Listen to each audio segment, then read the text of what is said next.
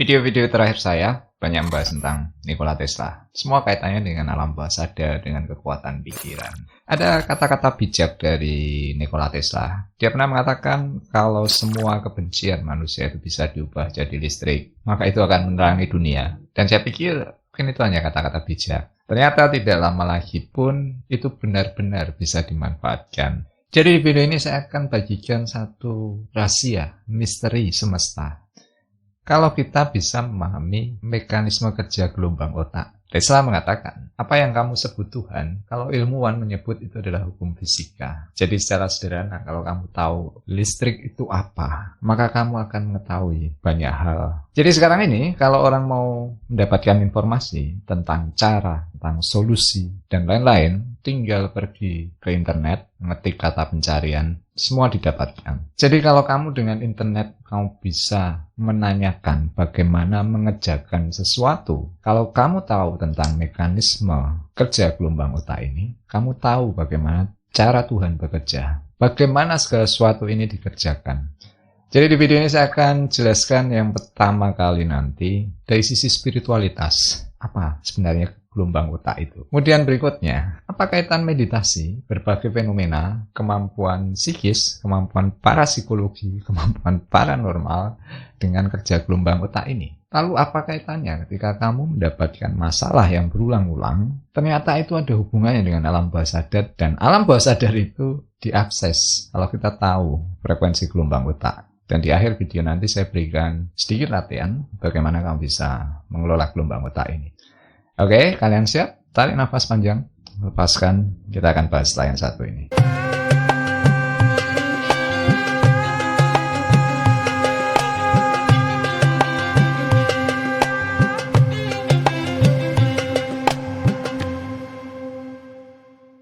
Oke, jadi yang dimaksud spiritualitas, spirit, kalau penerjemahannya adalah roh, itu sebetulnya adalah listrik. Jadi listrik itu kan gaib, tidak ada wujudnya. Ini yang Tesla katakan bahwa orang menyebut Tuhan, ilmuwan menyebut itu adalah hukum fisika atau listrik itu sendiri. Nah, jadi secara mekanisme ada dua pandangan besar, idealisme dan materialisme. Kubu idealisme sederhananya adalah mereka yang meyakini bahwa segala sesuatunya ini tidak nyata, sepenuhnya gaib, spirit, seperti roh. Nah, kubu materialisme, ini yang berpandangan bahwa yang nyata itu yang wujud materi.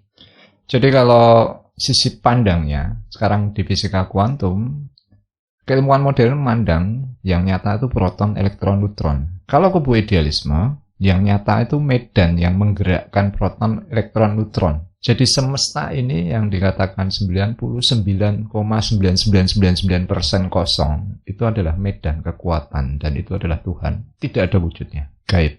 Jadi orang bingung membedakan pikiran dan otak. Apa yang diyakini oleh sains modern sekarang ini, bahwa segalanya yang nyata itu sifat materi. Jadi pikiranmu itu diproduksi oleh otak. Emosimu itu karena hormon yang digerakkan juga oleh otak. Kemudian fisika juga membahas tentang atom, atomisme, materinya. Kemudian agama juga dengan penyosokan, wujud. Nah, ini materialisme. Nah, lalu apa yang dimaksud dengan spirit? Jadi kalau sisi pandang secara metafisik di ajaran kuno, yang dikatakan spirit, kesadaran, pikiran, itu adalah aktivitas kelistrikan. Jadi kalau menurut sains memandang, pikiran itu dihasilkan oleh otak. Mereka di kubu idealisme seperti Tesla mengatakan, otak ini hanya receiver, penerima sinyal. Tuhan itu adalah sinyalnya. Dan ini memenuhi semua kriteria apa yang diyakini orang sebagai Tuhan. Jadi gelombang itu ada di mana-mana, tidak di mana-mana, tidak ada wujudnya, tidak diperanakkan, dan otak itu dia hanya komputer yang menerjemahkan itu semua. Dan hal ini yang banyak menjawab saya tentang berbagai fenomena. Jadi sebetulnya yang dikatakan gaib itu ya benar-benar misteri, tidak diketahui. Kalau kamu sebut roh gaib, wujud, ya, druwo, pocongan, tuyul, itu juga wujud. Jadi pikiranmu itu mewujudkan, tapi kamu hanya menerima pikiran ini. Tuhan itu adalah sinyal tadi. Nah, itu yang dikatakan kita terputus koneksi dengan Tuhan, dengan sisi spirit. Karena itulah peradaban makin jatuh. Lalu ada banyak kasus penistaan agama. Jadi kata-kata Tuhan itu yang tertulis di kitabnya. Ini materialisme. Sisi idealisme, kata-kata Tuhan ini adalah sinyal yang membuat dia paham. Dan itu yang dikatakan ketika orang mendapat pencerahan, mendapatkan terang, mendapatkan hidayah. Baru dia bisa memahami apa yang tertulis. Ini yang dikatakan juga oleh Gus Dur. Kalau kamu dihina agamamu, kamu marah, berarti agamamu itu Tuhanmu. Kitabmu itu juga jadi Tuhanmu. Semua jadi wujud. Nah, semenjak itulah semakin turun pemahaman manusia. Jadi yang dimaksud spiritualitas, spirit Tuhan itu adalah aktivitas kelistrikan yang ditunjukkan oleh percikan-percikan neuron. Jadi bukan otaknya, tapi aktivitas kelistrikan yang ditunjukkan oleh percikan neuron ini tadi. Nah, berikutnya apa kaitannya dengan meditasi, dengan kekuatan pikiran, dengan fenomena parapsikologi atau paranormal. Jadi, sudah lama ilmuwan itu melakukan riset dengan memperhatikan gejala-gejala pergerakan kesadaran dengan aktivitas gelombang otak. Nah, secara sederhana, yang paling umum itu ada 4 gelombang otak. Beta, alfa, theta, delta. Dan semuanya ini terkait dengan pergerakan kesadaran. Ini adalah satu-satunya yang gampang untuk diukur. Jadi materialisme itu dibutuhkan untuk mengenali banyak hal yang tidak bisa kita jelaskan. Jadi dari sinyal-sinyal gelombang otak ini tadi, gelombang beta itu di kisaran perkiraan antara 14 sampai 24 Hz. Ini yang umum dimiliki orang ketika dia terjaga. Karakteristiknya adalah kekuatan logika. Jadi ketika pikiranmu itu aktif, banyak pikiran, itu kamu berada di gelombang beta. Gelombang beta ini juga menyensor dengan panca indera, ini area fisik. Kemudian gelombang berikutnya adalah gelombang alfa. Ini kisaran 7 atau 8 sampai 13-14 Hz. Ini yang kalau digambarkan adalah gelombang rileks, ketenangan, kedamaian. Nah, pada kisaran gelombang alfa ini dikatakan potensi kecerdasan manusia. Sederhana, kalau kamu itu tenang, tidak banyak tekanan, kamu itu berpikir maksimal. Kemudian gelombang berikutnya adalah gelombang theta. Ini kisaran antara 4 sampai 7,5 atau 8 Hz. Ini kondisi yang lebih mendalam lagi. Dikatakan sebagai gelombang mimpi. Jika kamu tidur malam mimpi, kamu berada di gelombang ini. Kalau dalam siklus tidur ini yang dikatakan REM, Rapid Eye Movement, yang kalau kamu mimpi matanya berkedip cepat. Kemudian gelombang yang terakhir adalah gelombang delta. Ini kisaran 0,5 sampai 4 Hz. Ini adalah gelombang tidur pulas. Dialami ketika orang itu dibius, pingsan, mati suri. Oke, lalu berikutnya apa hubungannya dengan meditasi? Meditasi itu kan sebuah proses perjalanan bagaimana kamu menjaga keterjagaan. Atau istilah paling sederhana, terjaga dalam tidur. Jadi dari level beta sampai delta, ini adalah pergerakan kesadaran. Di level beta, itu kamu terjaga dalam dimensi fisik, katakan sadar. Kalau dalam kondisi gelombang delta, ini yang kamu tidak sadar sepenuhnya. Meditasi berproses bagaimana kamu bisa sampai menjaga keterjagaan, bahkan bisa sampai di level delta. Nah, ukurannya ini sederhana. Ketika kamu mulai meditasi awal, kamu mulai tenang, itu kamu masuk alfa. Ukuran sederhana, kalau ada barang jatuh, kamu sedikit kaget. Kalau dalam kondisi normal, ini kamu dalam gelombang lamunan. Jadi kalau kamu melamun, ini yang saya jelaskan tentang kesadaran, video saya tentang kesadaran. Kamu melamun itu, kamu duduk di sini, pikiranmu tidak tahu kemana. Maka kalau ditanya, yang mana kamu? Yang duduk atau yang mengikuti pikiranmu yang kemana-mana tadi? Oke, jadi ini masih ada kedekatan dengan sisi fisik. Ini gelombang alfa. Lebih dalam lagi tentang theta, gelombang mimpi. Kamu di situ terjaga, merasa ada. Sekalipun itu kamu hanya tidur, mikirnya jalan-jalan kemana-mana. Ada hanya aktivitas pikiran. Nah, ini kan lebih bergeser lagi. Kamu terjaga, tidak melibatkan tubuh fisikmu. Kemudian yang terakhir delta, benar-benar kamu tidur pulas. Jadi ketika nanti kamu rutin meditasi, kamu bisa terjaga di level-level gelombang ini. Lalu berikutnya kaitan dengan fenomena, gejala paranormal, kemampuan-kemampuan seperti clairvoyance, clairaudience, telepati, proyeksi astral, dan lain-lain. Dari pengukuran riset terkait aktivitas gelombang otak ini, momentumnya itu ketika beberapa ilmuwan meriset para biksu yang mereka bisa bertahan dalam dingin, tidak terpengaruh apapun. Nah, itu mereka di gelombang-gelombang yang dalam, delta. Delta kamu tidur pulas, di level yang mereka sudah mumpuni, mereka tetap terjaga. Dan mereka bisa melampaui keterbatasan fisik. Jadi ini kalau yang dulu-dulu mereka bisa memati surikan diri, mencapai samadhi, moksa. Kalau contoh kasus itu yang biksu radikal di Myanmar, kalau di sini bom bunuh diri. Kalau mereka yang radikal Buddhisme itu ada yang membakar diri.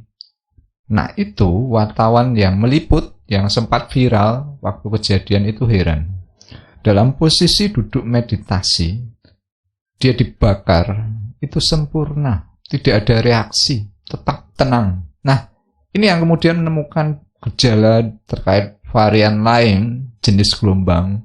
Ada yang dikatakan epsilon, hipergamma, dan lain-lain. Jadi dari situ kemudian bisa ditarik sebuah korelasi bahwa ketika orang itu dalam gelombang alfa, dia mampu belajar lebih cepat, mengingat lebih banyak.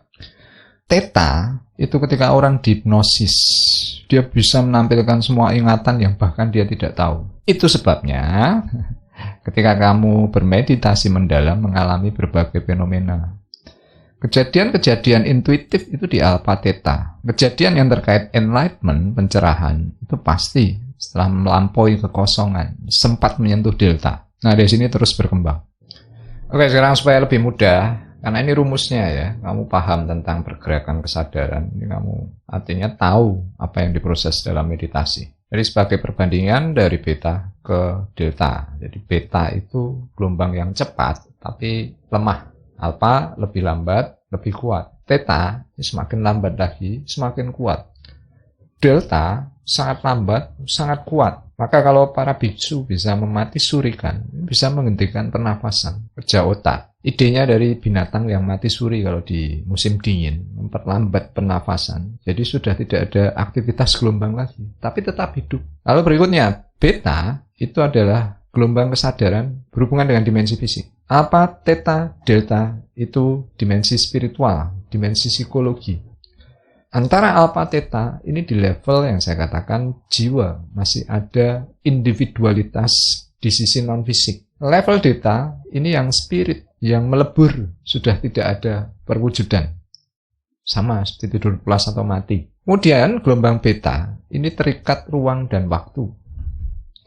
Mulai alpha theta ini mulai tidak terikat ruang dan waktu. Itu sebabnya kamu mengalami prekognisi, melihat masa depan, mendapatkan intuisi tentang satu peristiwa yang belum terjadi, mengingat past life. Kemudian berikutnya, gelombang beta itu gelombang di mana kamu eksis secara ego. Di sini kamu memiliki free will, kehendak bebas.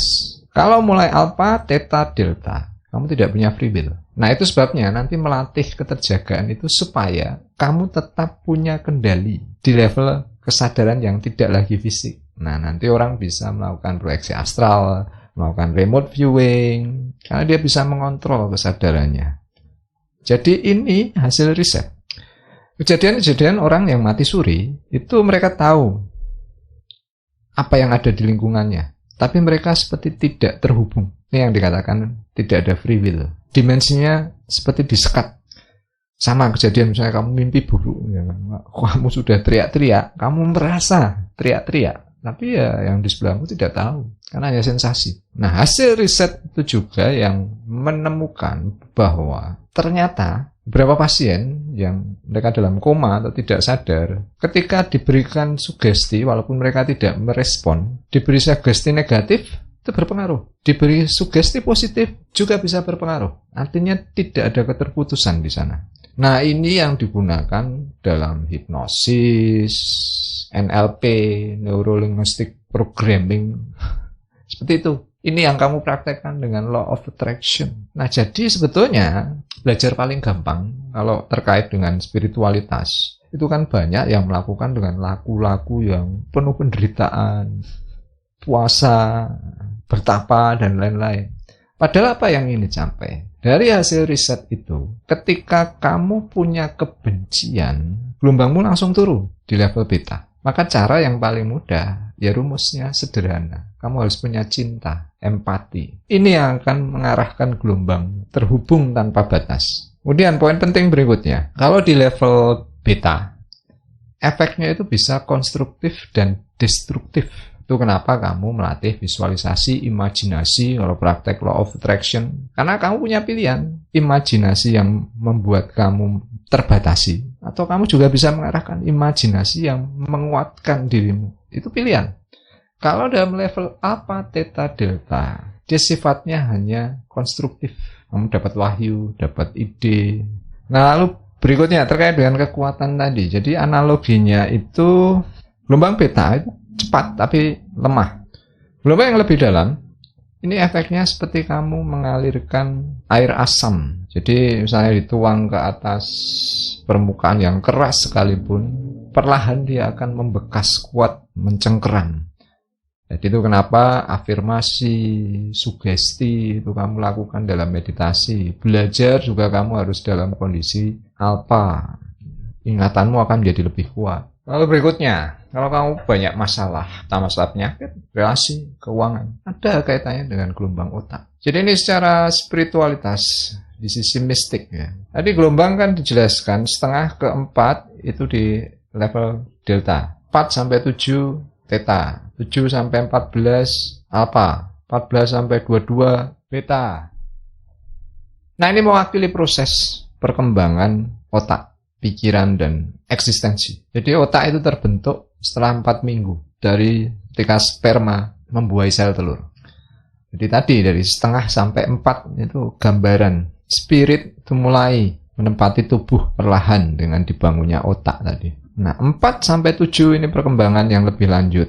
Maka perhatikan, kalau kamu mengalami blok tentang manifestasi keuangan, relasi, kesehatan, tadi saya ceritakan bahwa Tuhan itu menciptakan sama prosesnya dari sperma, sel telur, jadi janin. Tapi setiap individu berkembang berbeda. Dari mulai 4 minggu, apapun tadi yang di sekitarmu, kamu dalam kondisi keluarga yang berantakan, atau di situ orang tuamu dalam kesulitan keuangan, orang tuamu dalam kondisi relasi yang buruk, nah itu sudah masuk, datanya sudah diprogram 4 sampai 7. Nah 7 sampai 14. Jadi semenjak kamu lahir, mengenal dunia, kondisimu seperti apa, di umur 4 tahun sampai 7 tahun, itu memegang peranan penting juga. Maka lalu bagaimana mengelola itu? Ini yang diterapi dengan past life. Jadi ada kan, kemarin saya mendapat cerita, ada yang tahu dulu niatnya dia tidak ingin dilahirkan, padahal masih dalam kandungan kan. Jadi semenjak tadi, setengah minggu sampai 4 minggu, kamu sudah eksis dalam perut ibumu. Ketika kamu ada penolakan, digugurkan, itu sudah ada luka. Dan itu sampai kamu lahir, apapun yang menyertai itu pemrograman. Maka terapi seperti past life, healing, ya kan, dengan self hypnosis. Karena tadi di rentang gelombang itu seperti orang mati suri atau dalam koma, kalau dia ibaratnya dikatakan yang negatif itu juga berpengaruh meskipun dia tidak merespon.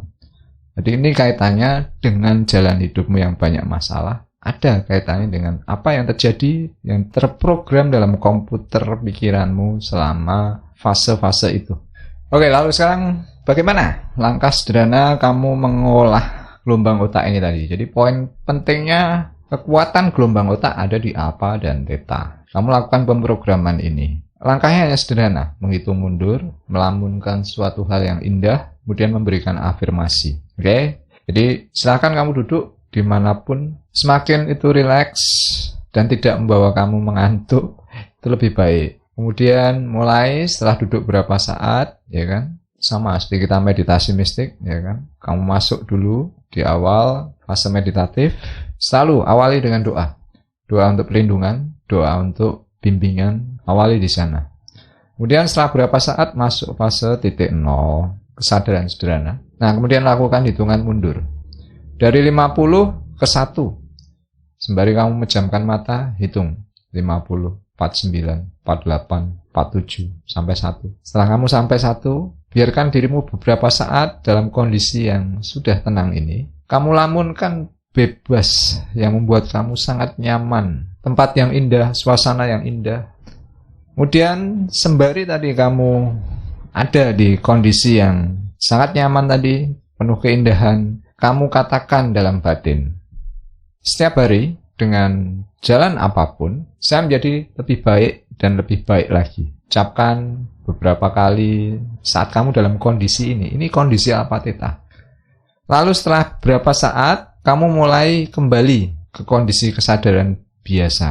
Kemudian hitung mundur dari angka 5. 5, 4, 3. Nah, mulai yang ketiga, kamu katakan, saat ini saya sepenuhnya terjaga dan saya merasa lebih baik daripada sebelumnya. Mundur. 2. Saat ini saya terjaga sepenuhnya dan saya merasa lebih baik dari sebelumnya. 1. Ulangi lagi sekali lagi. Kemudian buka matamu dan biarkan berapa saat rasakan kondisi yang kamu sepenuhnya tadi sudah terprogram. Oke, jadi ini universal. Bisa untuk penyembuhan, bisa untuk mewujudkan sesuatu. Lamunan keindahan tadi tinggal digantikan. Apa yang ingin kamu doakan atau kamu wujudkan. Ini pemrograman yang lebih efektif dibanding setiap hari kamu melakukan visualisasi, afirmasi, tapi tanpa melalui proses kamu masuk gelombang alpha theta ini tadi. Lakukan setiap hari menjadi rutinitas, waktu kamu berangkat tidur, ini juga bisa.